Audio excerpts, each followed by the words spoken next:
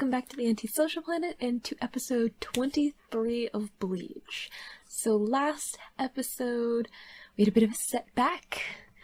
Gin was a bit of a formidable opponent and pushed Ichigo and his friends onto the wrong side of the gate, which closed behind them, and now they need to figure out some alternative way to get past this wall and further into the Soul Society. Unfortunately, in the meantime, they have met this group of people who don't seem to like Soul Reapers very much. They seem to have a bit of an issue with Soul Reapers, and they've decided to channel that frustration at Ichigo, Ichigo, not being much of a pushover and having a little bit more power to him as of late, definitely fighting back against these people.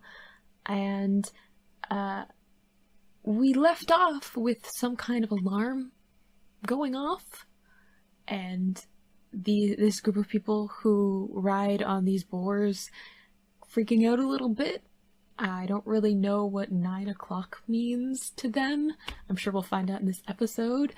And at the very, very end, getting a shot of a boar on the verge of flattening Ichigo. So, it'll be interesting to see where that goes. So, let's just get into the episode and see what kind of crazy hijinks ensue. In 3, 2, 1, go. Still have that old opener. I'm like waiting for it to change. I think I've come to peace with the idea that this opener is going to go away, and I'm going to have to accept the next one. I think I've come to peace with that.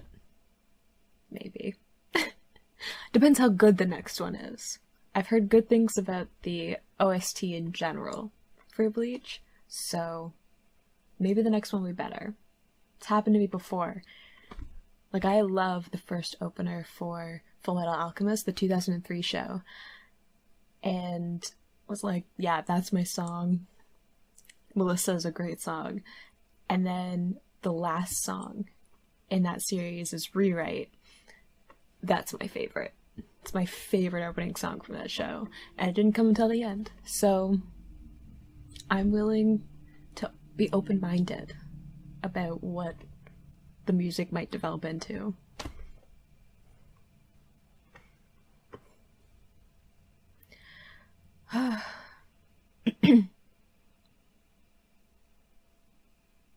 We don't know what's happening with Rukia.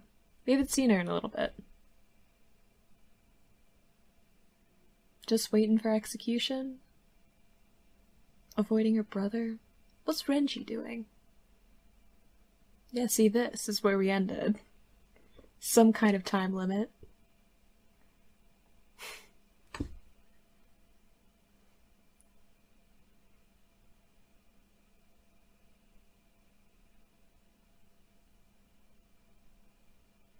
And the boar. And our poor Ichigo. Ooh.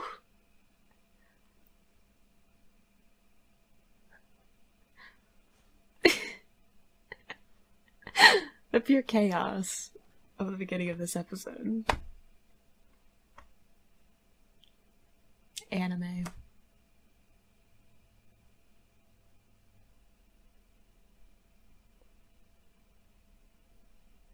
Ooh.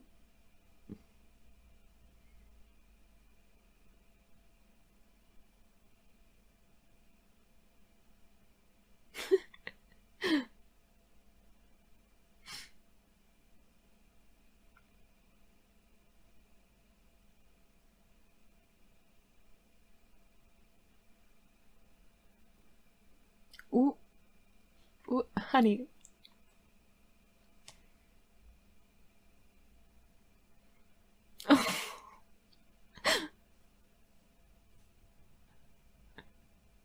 just happened?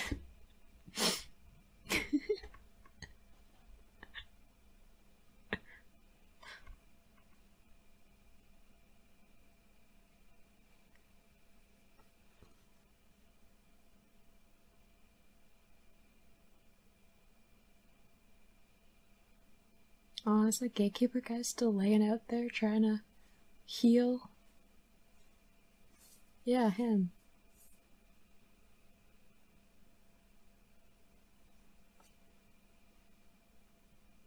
I mean, he seems kind of peaceful to sleep.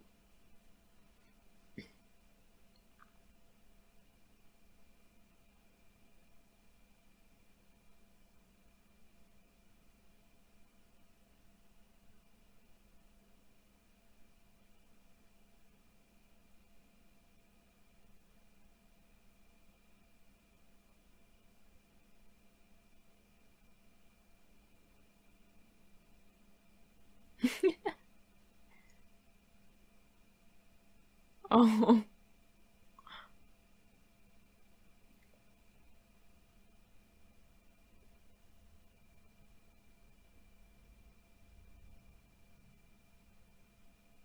Yeah. I was like, Dalmatian's a dog.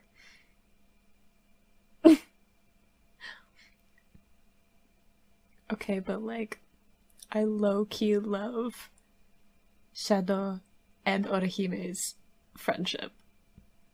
Because she's just so bubbly and over the top. And Shadow's just like, okay. Like, he's just so ready to be like, alright.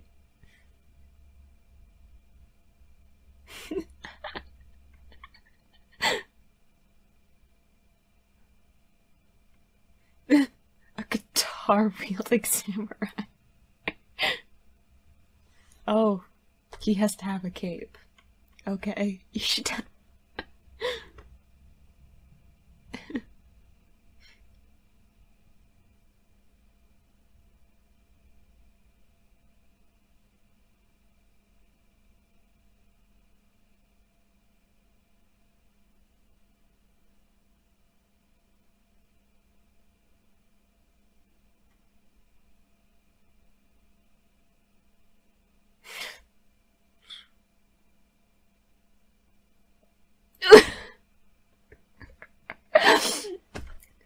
I love Ishida and Ichigo's friendship too. Like, they're so chaotic together.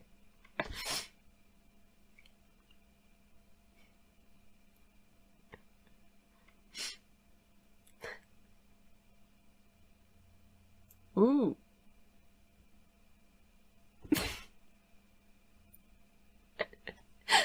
Oh, honey.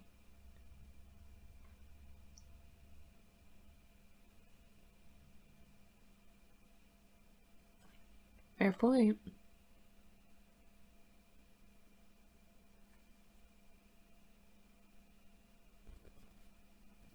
You gotta pick your fights. Know who to fight and know when to walk away.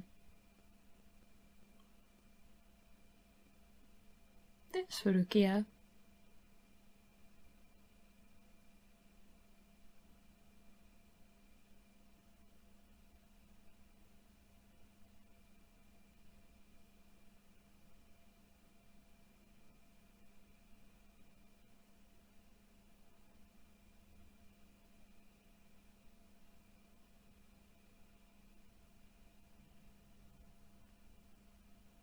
Transferred.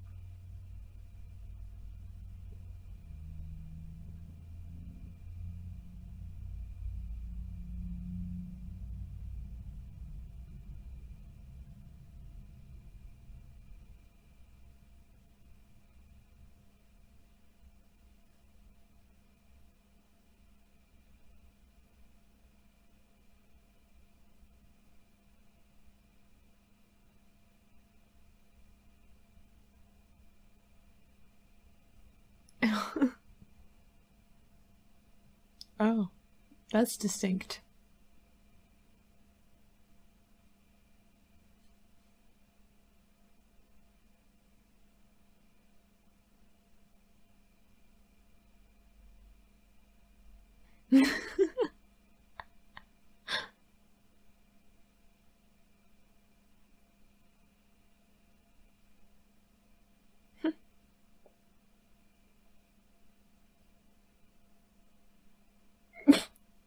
Autohuman is like, neat!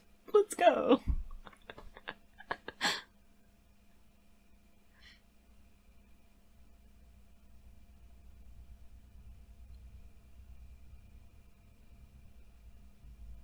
Yeah, you're following a talking cat. I feel like embarrassment really isn't something that you could avoid.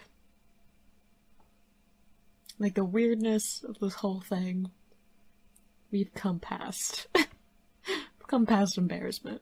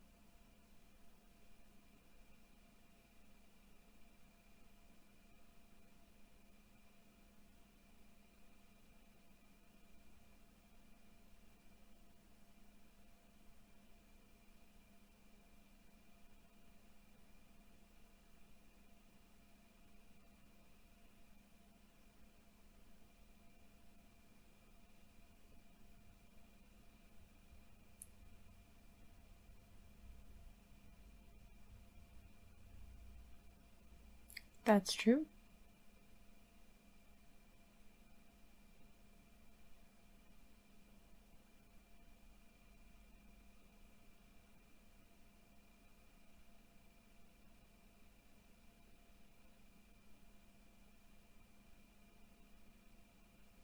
What's the history, though?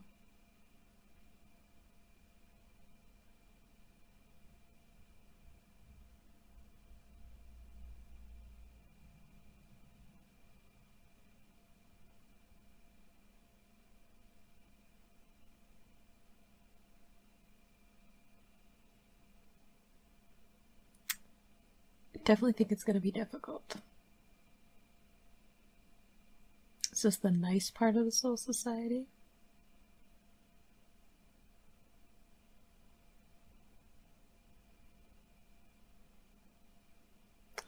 She looks so tiny.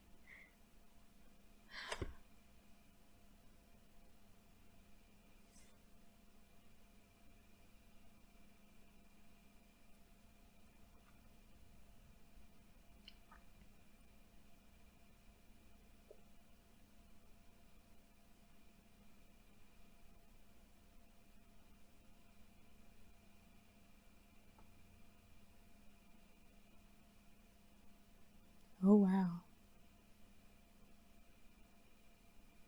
It's like old school execution stuff.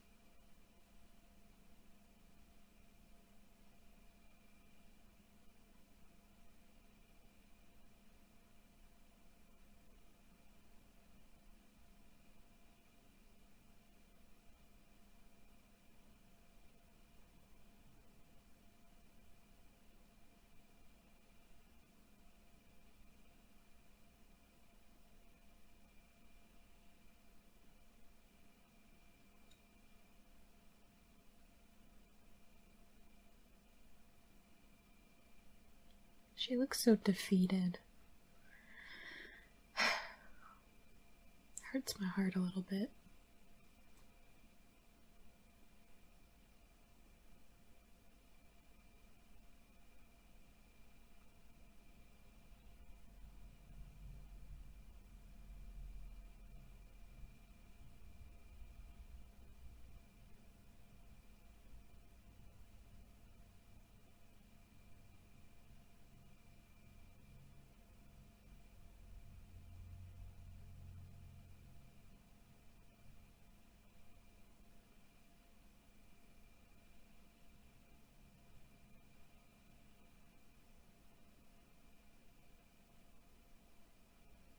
Now she knows. Does she have a prosthetic arm? What happened?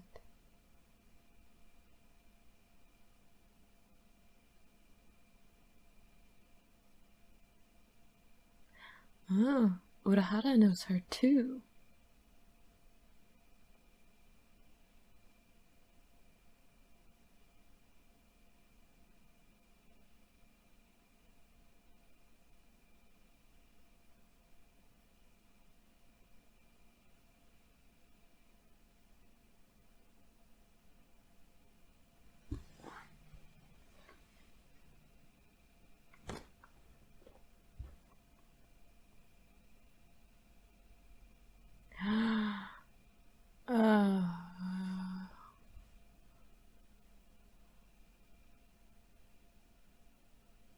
Yeah.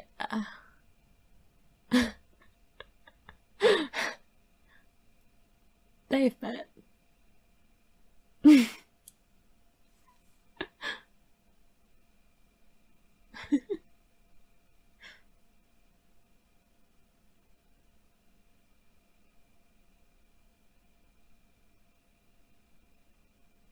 As I was saying, she looked so defeated, but now she knows that Ichigo's here somewhere.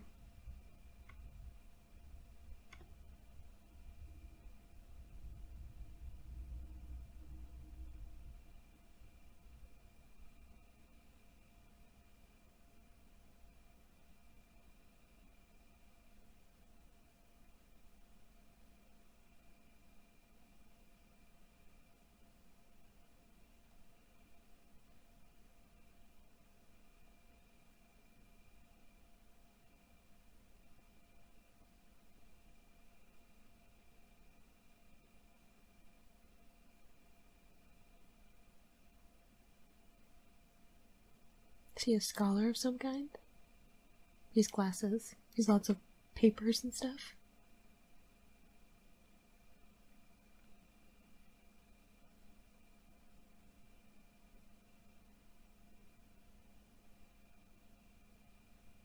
Really?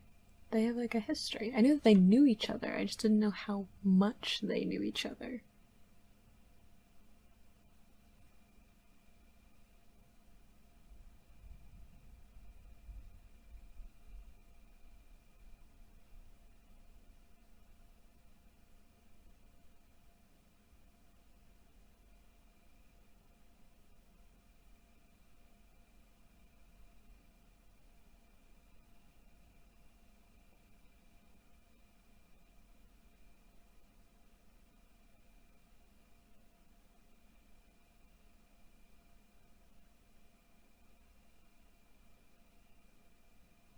Are they?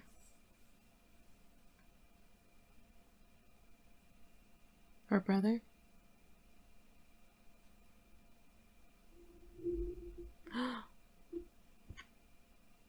Is he spying? Gin? I don't trust the smile.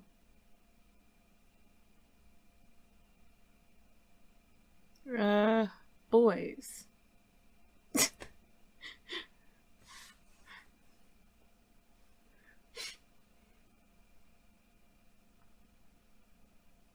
You're just trashing the place.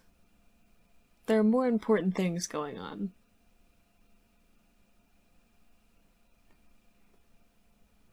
Oh, cheap shot.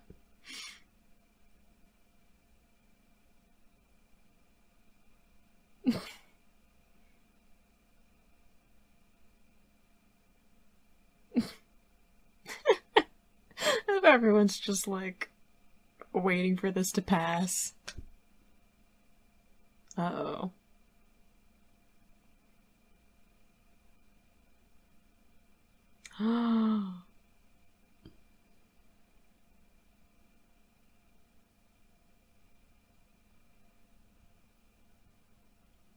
Yeah.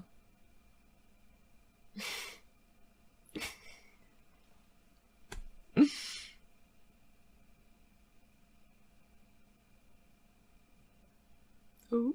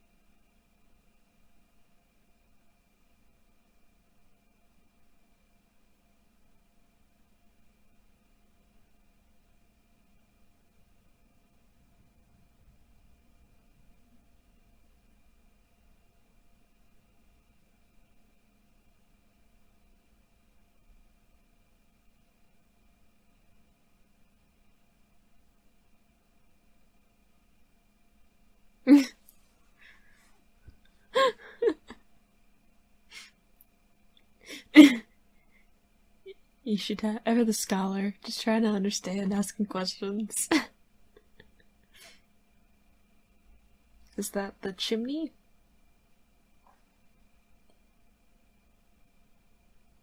That was blocked off? Oh.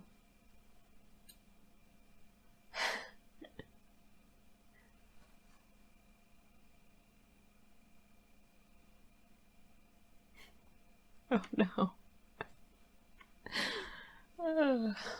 Sure. How do we get it over the wall? Just shoot him through a cannon, don't worry about it.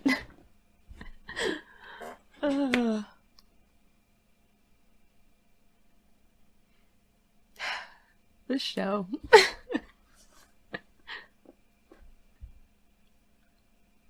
So I'm guessing the reason that 9 o'clock was so important is that he had to be home or something. Because I feel like that fear that he had is something that can only be infused in him by his scary older sister.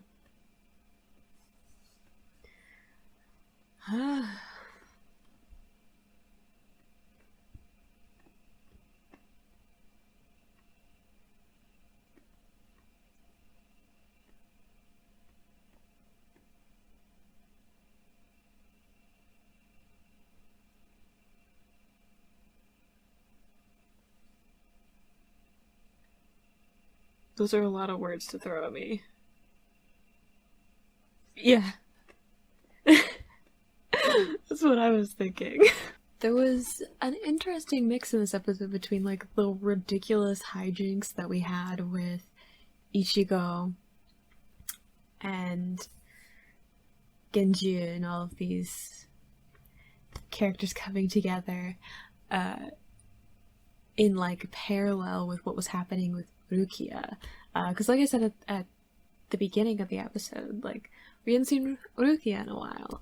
We hadn't checked in on her and what was going on, and I think it's a really cool contrast that Bleach pulls off all the time, of like these really funny moments where I'll be laughing a lot, and then like these more serious moments. It's something that like not a lot of shows and stories in general can pull off, but I feel like shonen especially tends to like either be really really funny, or like, and it'll be like that's what it does for like a set of episodes, and then it'll be really really serious for a set of episodes. Like it'll be really action oriented for a while, and then it'll be really like comedy and hijinks kind of stuff oriented.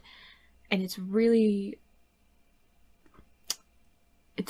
less common in my experience anyway, and I'll admit I haven't seen a lot of shonen, so I could also be wrong, but it's rare in my experience for a show to balance between those things really well within the same episode, and to do it consistently. Like Bleach has been doing it since the beginning, where there have been moments where I've laughed a lot, and then moments where I've almost cried, like within the same episode. And I think it's also what's really great about the show is that it's not like there's one character that's strictly super serious and one character that's strictly for comic relief. Like even Ichigo's dad balances between those two things.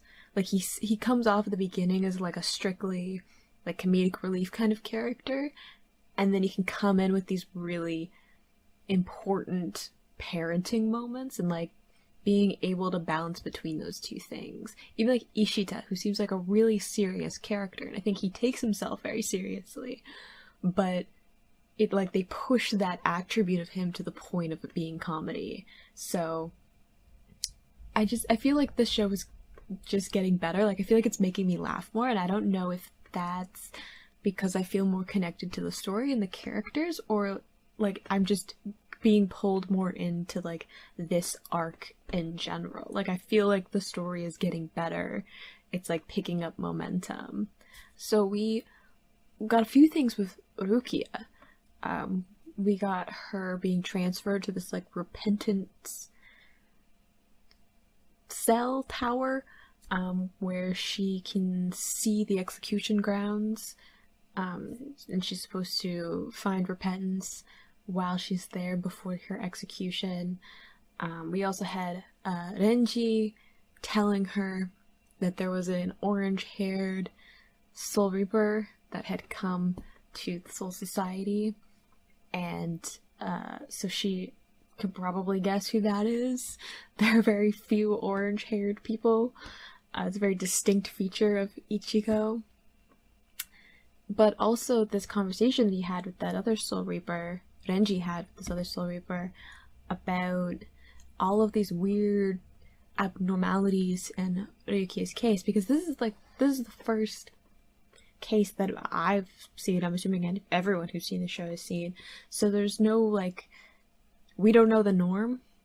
We don't know that like her sentence was shortened a little bit. We don't know that it was a severe punishment, or that this specific type of execution is very abnormal for the crime. So all of these abnormalities coming together to make it very suspicious as to like why she's being treated so severely. So there was this implication that someone is manipulating the trials, someone is singling out Rukia for something.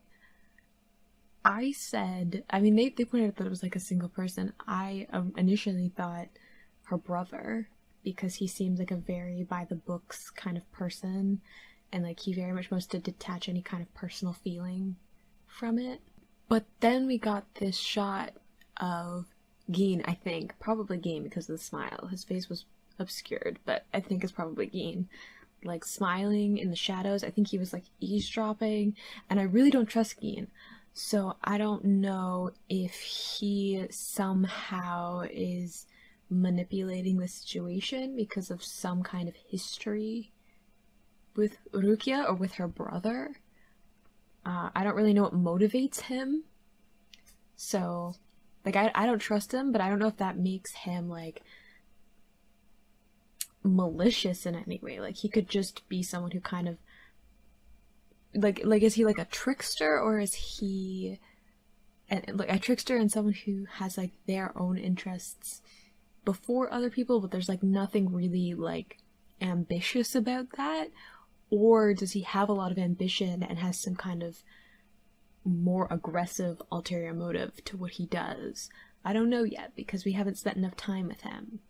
So, interesting to see kind of where Renji goes with that information. We also had, like, some kind of emergency meeting being called. We don't really know what that was for. And, of course, we have, this, like, chimney cannon thing that they're gonna be shot into the sky to get over this wall. Honestly, out of the few ideas that I had about the alternative ways that they were going to get through this gate, being shot through a cannon thing into the sky was not one of them. And maybe that's my lack of imagination. But it doesn't seem like the obvious solution to me. So it'll be something to see where that ends up. So I hope you had fun watching along with me, and I will see you in the next video. Bye!